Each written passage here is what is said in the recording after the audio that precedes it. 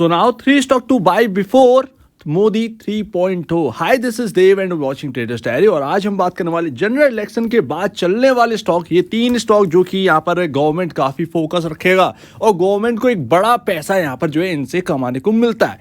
अब 4 जून को यहाँ पर रिजल्ट आएगा और 4 जून को हो सकता है कि आपको यहाँ पर सेल देखने को मिले मार्केट के अंदर, और ऐसे में ये स्टॉक आपको सस्ते भाव पर मिल जाए कुछ मिनटों के लिए। और आपका यहाँ पर 1 जून को एग्जिट पोल आने वाला है, जिस दिन यहाँ पर जो है सैटरडे पड़ने वाला है और आपका सैटरडे संडे की छुट्टी है।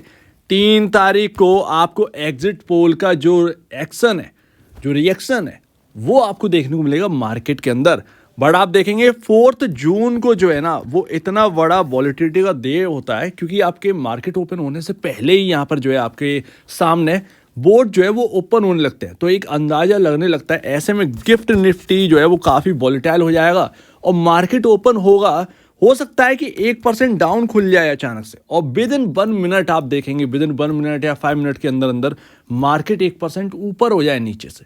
और ऐसे में हो सकता है कि आपके स्टॉक्स जो है वो 10% नीचे खुले कि भैया सीटें कम देखने को मिल रही है बीजेपी को, और अचानक से मार्केट ओपन होने के बाद विद इन 5 मिनट आपके पास न्यूज़ आए कि बीजेपी की सीट आगे बढ़ रही है, तो तुरंत ही ये सारे स्टॉक्स घूम जाएंगे। जो पहले ये सिनेरियो देख चुके हैं उनको पता होगा, लेकिन जो लोग नए हैं उनको नहीं पता है ये बारे में, तो गलती से भी स्टॉक्स जो है ना वो खुलते ही बेचने का सोचिएगा मत किसी में भी, चाहे जितनी भी आपको वॉलेटिलिटी देखने को मिल जाए। और ये 3 स्टॉक्स जो मैं आपको बता रहा हूं, ये 3 स्टॉक्स ज्यादातर लोग जानते हैं लेकिन नहीं पता है, अगर आपको अनुमान नहीं है तो ये है तेल वाले स्टॉक्स। ऑयल भैया, सीधी सी बात, 2 रुपए का इलेक्शन में कट हमें देखने को मिला तेल के अंदर।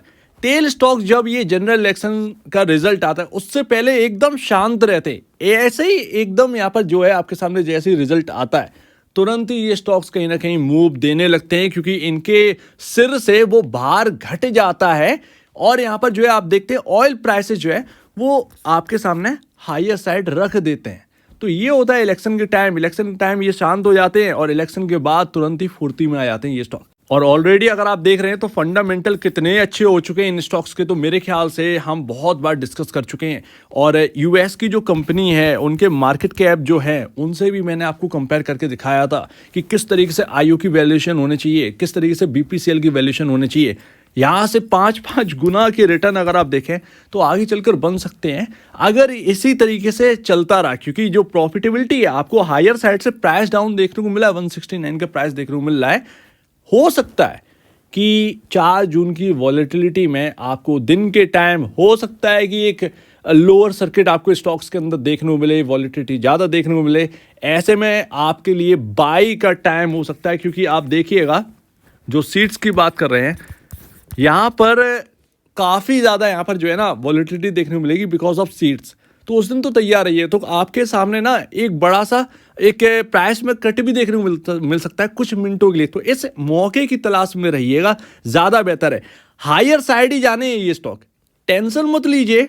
मार्केट अगर गिरेगा भी तो वो उठेगा और चलेगा, ये ध्यान रखिएगा, क्योंकि फंडामेंटल कहाँ लेकर जाओगे आप।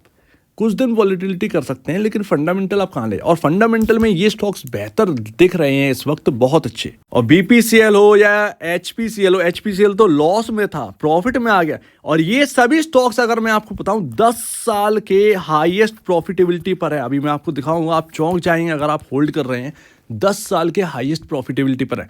तो अभी ये स्टॉक सस्ते हैं। आईओसी की वैल्यूएशन क्या होनी चाहिए थी, क्या आपको देखने को मिले, मिट्टी के भाव ये स्टॉक देखने को मिल रहे हैं। डिविडेंड भी अच्छा पे करते हैं, और क्या चाहिए इन स्टॉक्स से। और जहां तक बात है प्रॉफिटेबिलिटी की थी, तो मैं आपके सामने पूरी बात रख दूं, ये 2023 के हिसाब से आपके सामने प्रॉफिटेबिलिटी है आईओसी, बीपीसीएल और एचपीसीएल की। एचपीसीएल जो कि लॉस में था, इस साल 10 साल के सबसे हाईएस्ट पर है, 10 साल के सबसे हाईएस्ट पर प्रॉफिटेबिलिटी है। आईओसी ने 41,729 करोड़ का प्रॉफिट किया इस साल। आपका बीपीसीएल ने कितना किया, बीपीसीएल आपका जो है 26,858 करोड़ का प्रॉफिट किया, और एचपीसीएल जो है वो आपका 16,014 करोड़ का प्रॉफिट किया है। तो आप बताइए, और ये सब 10 साल के हाई पर प्रॉफिटेबिलिटी है, तो आप एक सोचिए कि कितने अच्छे फंडामेंटल हो चुके हैं। अगर ये मोदी 3.0 है सो दैट कहीं ना कहीं जो मोदी गवर्नमेंट की ये यहाँ पर जो है ना पॉलिसी रही है ऑयल कंपनीज के लिए, अगर ये आगे यही कंटिन्यू करते हैं, सो दैट जिस तरीके से इस साल प्रॉफिटेबिलिटी बढ़ी है, आगे भी आप देखेंगे कि क्या हो सकता है। तो बड़ा यहाँ पर वेटेज ये कंपनी रखती हैं, इसीलिए मुझे लगता है कि ये कहीं ना कहीं फंडामेंटल जो अच्छे ड्राइव इन स्टॉक दिख रहे हैं, ये हमारे पोर्टफोलियो में होना चाहिए, जहाँ पर गवर्नमेंट का भी एक फोकस। और जैसा कि मैंने आपसे कहा, सबसे ज़्यादा प्रॉफिट कौन दे सकता है, मतलब इन तीनों स्टॉक में HPCL, क्योंकि हालत जो है वो सुधर रही है इसकी, और जिस तरीके से हालत सुधर रही है, अगर ये कंटिन्यू करती है तो आप देखिए कि क्या कर सकते हैं HPCL। आपके सामने मार्केट कैप है, काफ़ी छोटा मार्केट कैप है, 76,000 करोड़ का मार्केट कैप है, तो कोई बहुत बड़ा मार्केट कैप नहीं है, बाकी कंपैरिजन ज़्यादा प्रॉफिट दे सकता है। हालांकि ध्यान रखिएगा, मैंने US से कंपेयर करके दिखा दिया, आप चाहे तो उसको देख लीजिए। और जिस तरीके से US की कंपनी का मार्केट कैप है $100 बिलियन का या उससे ऊपर का मार्केट कैप होल्ड करती हैं, तो आप समझ सकते हैं कि ये कंपनियां जो इंडिया के अंदर इतना बड़ा वेटेज रखती हैं, इतनी बड़ी नेट सेल है, ये सिर्फ प्रॉफिटेबिलिटी के तौर पर पीछे थे।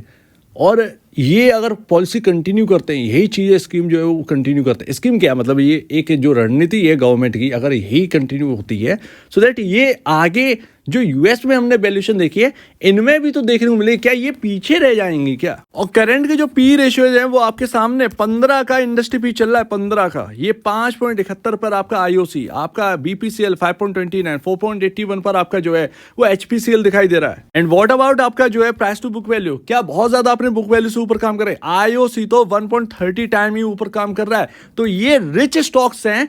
गवर्नमेंट पर मेरे ख्याल से अगर आप ना भी जाएं कि किसी गवर्नमेंट से, जो कि मेरा कहना था कि किसी गवर्नमेंट पर निर्भर नहीं रहती हैं ये कंपनियां, हालांकि तेल कंपनियों को थोड़ा सा इधर उधर होता है, बट आप देखेंगे कि ये कंपनियां जितनी दुरुस्त होती चली जाएंगी, उतना ही आपको यहाँ पर जो है मिलता चला जाए। और यहाँ पर प्राइस टू बुक वैल्यू कितना यार, बहुत ही छोटा तुच्छे से यहाँ पर जो है प्राइस टू बुक वैल्यू काम कर रही है। सो दैट कहीं ना कहीं यहाँ पर जो है ध्यान देना चाहिए। एंड लास्ट, काफ़ी कुछ आपको समझ में आया होगा कि ये ऑयल कंपनी, ये तेल कंपनियां क्यों इंपॉर्टेंट हैं, और अगर 3.0 होता है तो फिर ये कहीं ना कहीं ये ज़्यादा यहाँ पर जो है इंटरेस्ट रखेंगे गवर्नमेंट, और यहाँ पर जो है ये स्टॉक्स जो है बदलते हुए नजर आएंगे। सीधी सी बात है। सो उम्मीद है काफ़ी कुछ आपको समझ में आया होगा। 4 जून की वॉलेटिलिटी में मेरे ख्याल से आप डरिएगा मत, इस बात को ध्यान रखिएगा। पैसा हाथ में रखना ध्यान रखिएगा। ये मौका आपको बार बार देखने को नहीं मिलेगा। ये वॉलेटिलिटी 5 साल में आती है, ऐसी वॉलेटिलिटी आपको आगे नहीं देखने को मिलेगी 5 साल के भीतर। इस बात को ध्यान रखें। सो दैट उम्मीद है काफ़ी कुछ आपको समझ में आया होगा। हो सकता है आपको लोअर प्राइस में मिल जाए, हो सकता है IOC जो है आपको वो 20% नीचे भी देखने को मिल जाए, इतना भी पॉसिबिलिटी है। ये कोई बड़ी बात नहीं है। 20% का अचानक से किसी स्टॉक के अंदर कट आ जाए, उसको यहाँ पर बाई करके रख लें तो बुरा नहीं है, क्योंकि फंडामेंटल कहाँ लेकर जाओगे ये सबसे बड़ी बात है। तो मौका अगर मिल जाए तो चौका मार देना, चूकना नहीं, ये एक सबसे बड़ी बात है। उससे पहले अपनी जो है वो स्टडी कर लीजिएगा, क्योंकि 7 दिन ऑलमोस्ट हैं, अभी 7 दिन अभी है बाकी आपके जनरल इलेक्शन के रिजल्ट में। उससे पहले 7 दिन काफ़ी होते हैं ये टाइम। तो आप स्टडी करके अपनी लिस्ट बना लीजिए कि आपको क्या खरीदना है। सो उम्मीद है काफ़ी कुछ आपको समझ में आया होगा। एक बार निवेश से पहले या बेचने से पहले अपनी खुद की स्टडी करना मत भूलिएगा। और आप वीडियो देखने के लिए बहुत धन्यवाद दोस्तों।